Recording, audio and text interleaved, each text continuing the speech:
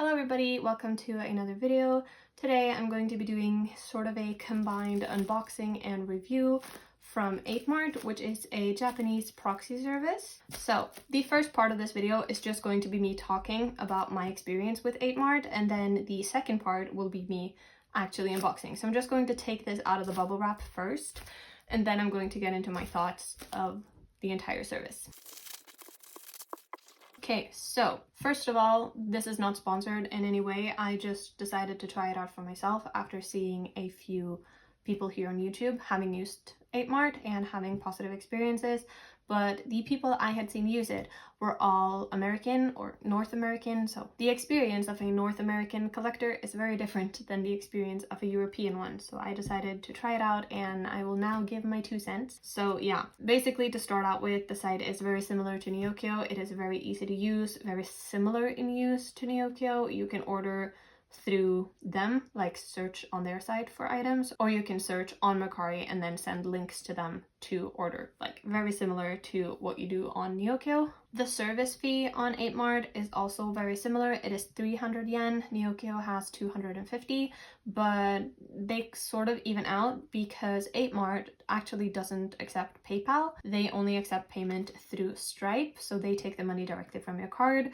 That way you don't have to deal with PayPal fees, so the fees sort of added together turn out sort of the same. Does that make sense? I hope that made sense. In terms of everything like that, they're very similar. However, probably the biggest difference, you can't change the value on mart of the package, which is a thing that a lot of European collectors look for because customs here is terrible. I sort of assumed that you wouldn't be able to, as it didn't say anything on their site about it, but yeah, I still emailed them when my package was ready to be shipped and asked, is it possible? They said no. It is apparently illegal in Japan, which makes me wonder why and how Thankyou does it, but they don't do it. The storage period is 30 days, which is similar to Bai. I believe Thankyou has 45 now.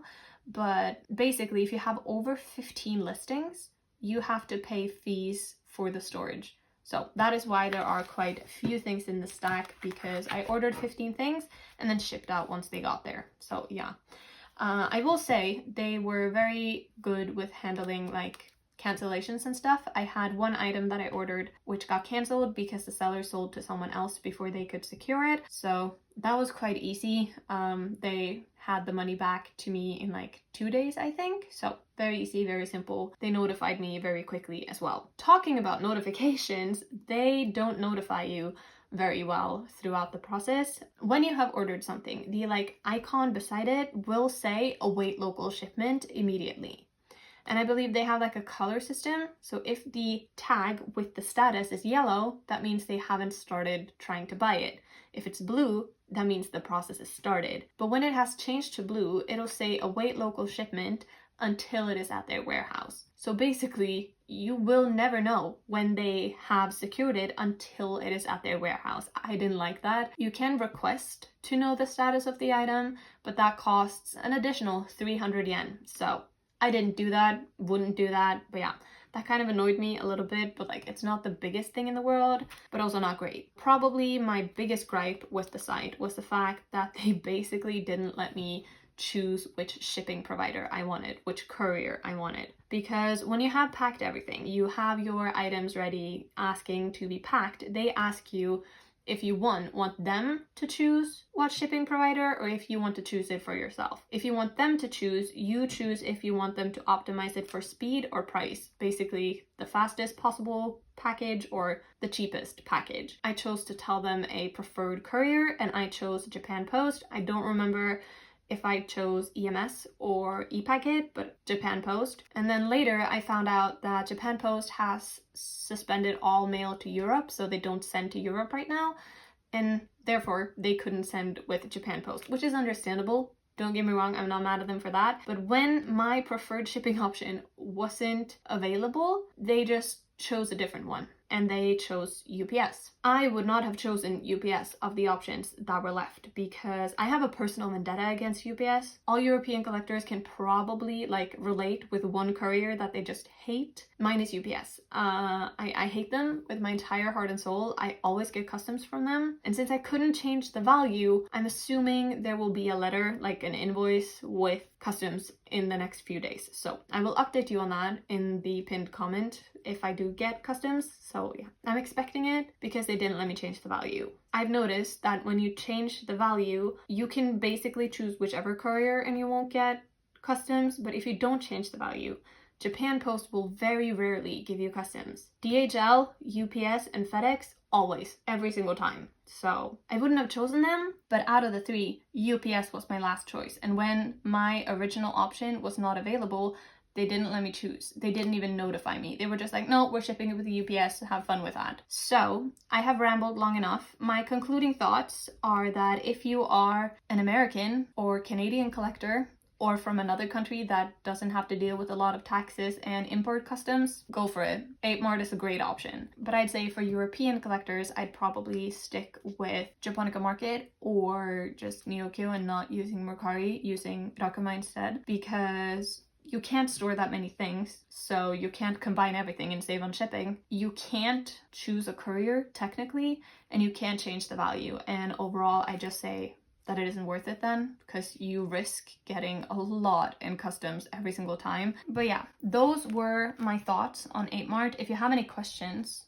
about anything, feel free to ask me in the comments. I know this was kind of rambly and not very cohesive, but yeah, I think we're just going to unbox these now, because even if I didn't love the courier, I'm very excited about the cards. So we're going to start with the NB that has been staring at you throughout this entire video.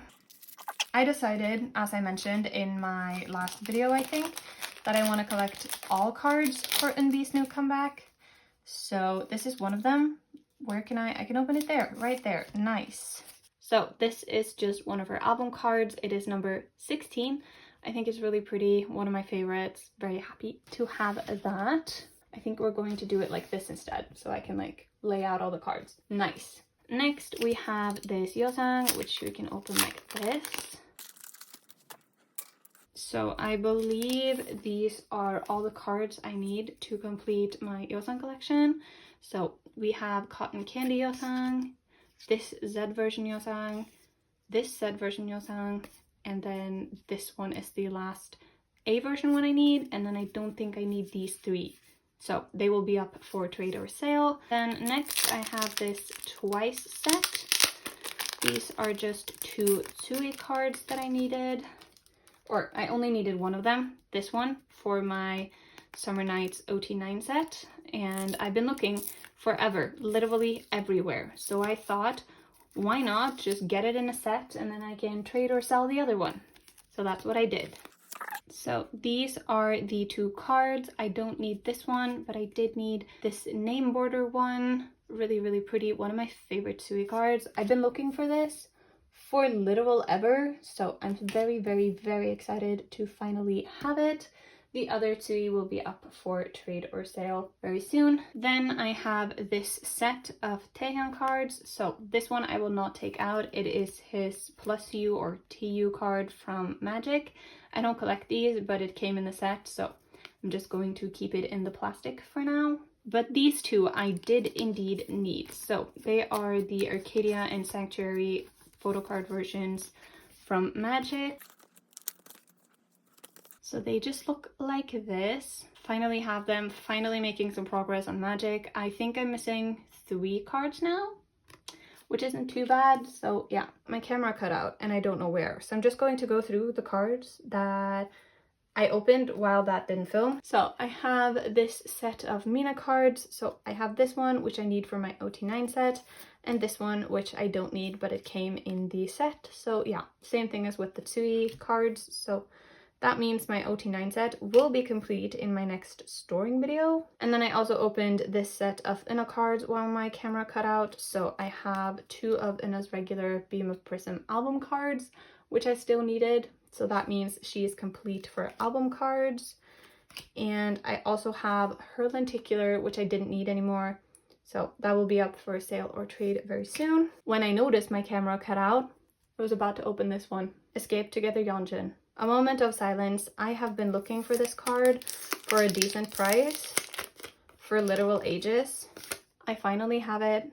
I didn't overpay too much for it, so I'm happy. Was it a little bit too expensive? Kinda, but I have it. I'm not complaining anymore. Okay, then next I have some NCT Dream cards.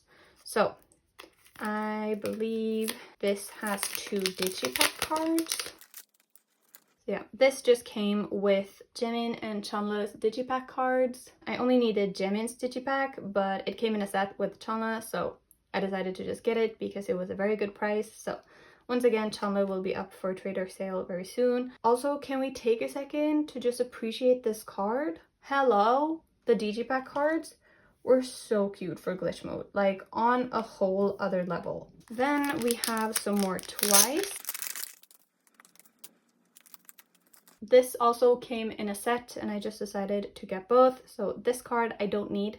It is one of Momo's Taste of Love cards and I am complete with Taste of Love. But I finally have this card, the bane of my existence, the source of all my problems. It does exist, guys, it does exist. I was convinced that this card doesn't exist because I couldn't find it anywhere. Whenever I saw it, sold out. Whenever I found it for trade, didn't want what I had. I had 3 separate trades lined up for this same card and they all fell through. Anyways, I have some more NCT Dream cards. So this, I believe, has 1 card I need as well and 1 card I do not. So we have Jeno's Cafe card from Hot Sauce. I don't need this. I don't collect Jeno for that era, but I did need this one. This is Jeno's scratch version photo book card. So yeah, I needed that to complete glitch mode, so I have him. And then I have these 2 in the weirdest top loaders I've ever seen. They're like huge and they like, can you see that? I don't know. These are weird, but yeah, these 2 came in a set, so they're from the same seller. I got 1 card I was missing and the 1 Shimbi card I was missing from Beam of Prism. So that means I actually have all cards I needed on hand. I believe I already have this so she will be up for trade, but this Shimbi was the last Shimbi I needed to complete my Beam of Prism collection, like for OT3. So that is very exciting. Very happy about that. I also have some IVE cards. So let's see if we can get her out without slicing her hand open. That would be nice. So I believe these should be all 3 of Gala's regular album cards. Here they are. I don't remember which version is which off the top of my head, but I have all 3. They're really, really pretty. So yeah, finally starting my Love Dive collection. It's been a while since that album came out. I just haven't made any progress on it. So yeah, I think we're doing it like this because there's barely any space left here. Okay, next up I have this set of TXT cards, which the seller has just jammed into a top loader. Help! Are they all okay? I think they're all okay. So this is just a set of all 5 members Yeji Round 1 pre-order benefits or fan sign cards. I don't know what to call them, but yeah, this is Yeji Round 1. I decided to collect OT5 for that to fill out my spread. Why is Yeonjun and Beomgyu a different color than the rest? Should I be concerned? Hopefully not. So yeah, these are just going to fill that spread really nicely. So yeah, the issue pobs usually go for quite expensive at like the start of the era, and then they don't go for as expensive later on. So I decided to just get them because they were for a decent price. Look at this one. The seller left a little note. If anyone speaks Japanese and wants to let me know what that says, feel free. I don't Japanese. But yeah, I did get this set of Subin cards. I only needed 1 of them. How do I open? Not like that. Like that you open. So I have these 2. I only needed this one as I already have this one complete for OT5. But finally I have this one. Very nice, very nice. So I'm just going to put them here. And then the last item is this Unbi inclusion set, I guess you can call it. I'm just going to see if I can get everything out of here. So I'm not going to open these. These are just the standees. I believe you got them if you pre-ordered the album. They are both here. So I don't need them. I already have them. So I will try to sell them or trade them for something. But yeah, don't need those. The same goes for these two. These are just the clear films you got in the album. I already have them from my own, but they came in the set. So I have more now. But then we have the things that I actually ordered this set for. So first up, I have her Tower Record cards. These are just pre-order benefits from Tower Records Japan. So I have them. They're really cute. They were in the set and I wanted them. So I have them now. And then I have 2 of her album cards as well. These 2, so this one is number 14 and this one is number 3. They're really pretty. I like them a lot. So yeah, making some more progress on Unbi as well. There you have it. Those were the cards I ended up getting from Mercari Japan through 8mart. I will not be ordering from them again just because I wasn't too pleased with the way that shipping and stuff was handled on their site, and also the way they handled my inquiry when I asked about things. So yeah, would I recommend it for European collectors? Not really. If you're American or from any other place where you don't have to worry about customs and import tax, go for it. It's a great option. But if you're European, maybe not the best option. I'm still very happy to have these cards, and I will still be hunting for a great alternative to Mercari Japan. Maybe one day, but today is not that one day. But yeah, that is going to be everything for this video. Thank you all so much for watching, and I hope to see you in another one soon.